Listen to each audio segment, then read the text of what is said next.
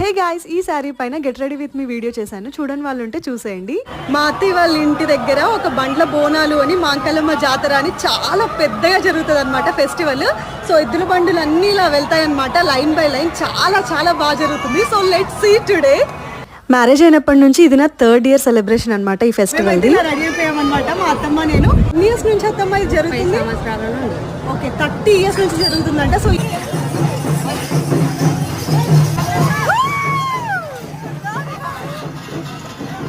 So మా Nani every year ఇలా ఎక్కుతారనమాట. అంత ఈజీగా ఛాన్స్ రాదు ఎవరికి ఎక్కడానికి. ఈసారి అయితే డేంజర్గా ఉన్నాయి, ఎద్దులన్నీ కూడా ఫుల్ ఫైటింగ్స్ చేసుకుంటున్నాయి. నాకైతే చాలా భయం వేసింది, దూరంగానే ఉన్నాను నేను.